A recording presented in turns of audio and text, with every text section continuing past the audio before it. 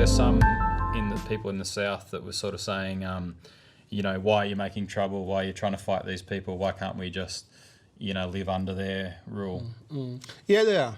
They are. There's many of them. Many tribes say that, we don't want to fight. We just want to live.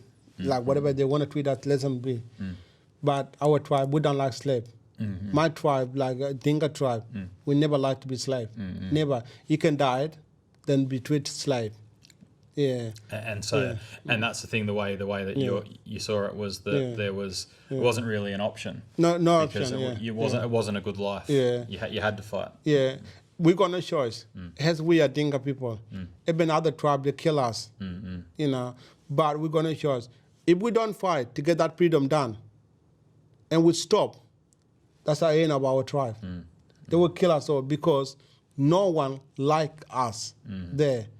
We are the trouble cause. We cause trouble. The reason why we cause trouble is that we fight for your right, human right, that we are fighting for the freedom for all the country. All the people, people who in South Sudan. We fight for them, not just all our tribe, for everybody. But those people, they don't realize that we are fighting for that. Some do, but mostly some, they run away. They don't want to fight. But when we got freedom, they realize that we done a good thing. Yeah.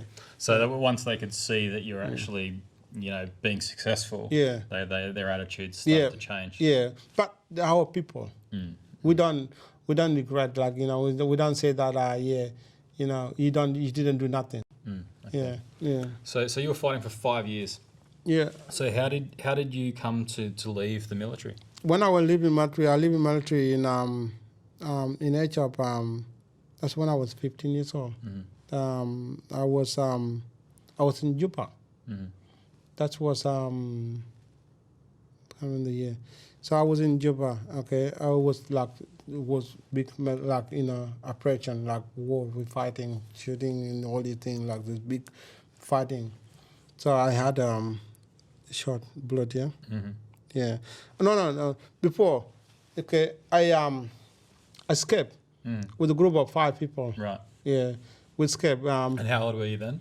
I was 15 that time. Okay, yeah. Yeah, no, I was 14. Right. I was 14 that time, yeah. So we escaped. There's 5 of us. We know we're going back home.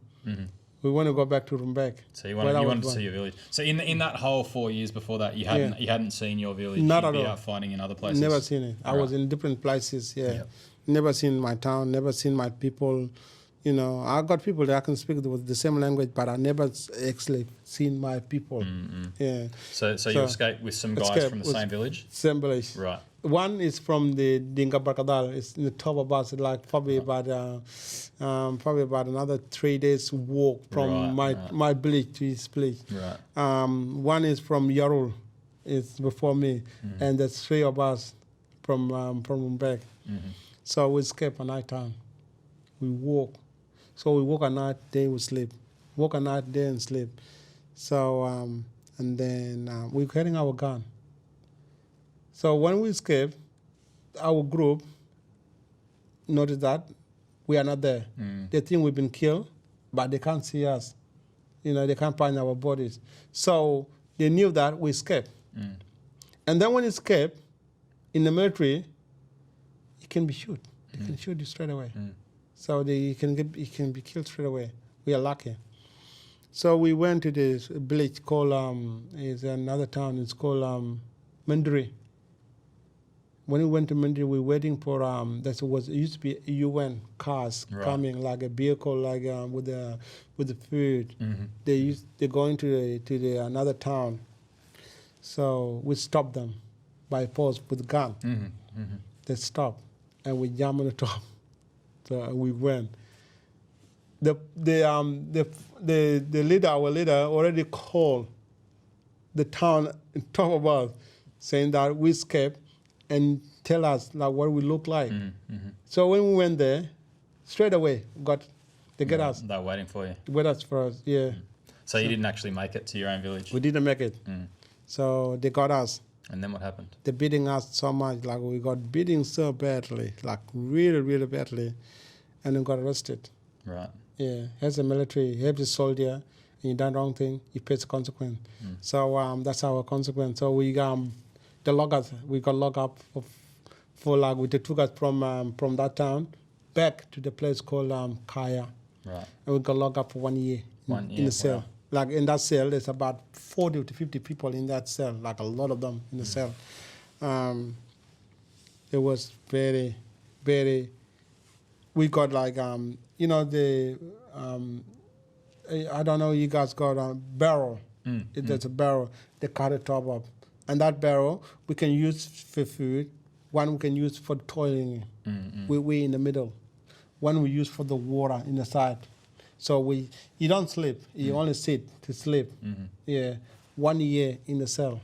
And they didn't let you out ever? Not at all. Just locked in. Until the war broke out, like the one the enemy broke out in the city, they come into the town. That town we was. Right. That's when they let us out and give us gun to face the war. Right. Yeah. So they left you there until they needed you to fight. Yeah, again. yeah. We were there for like a year in the cell.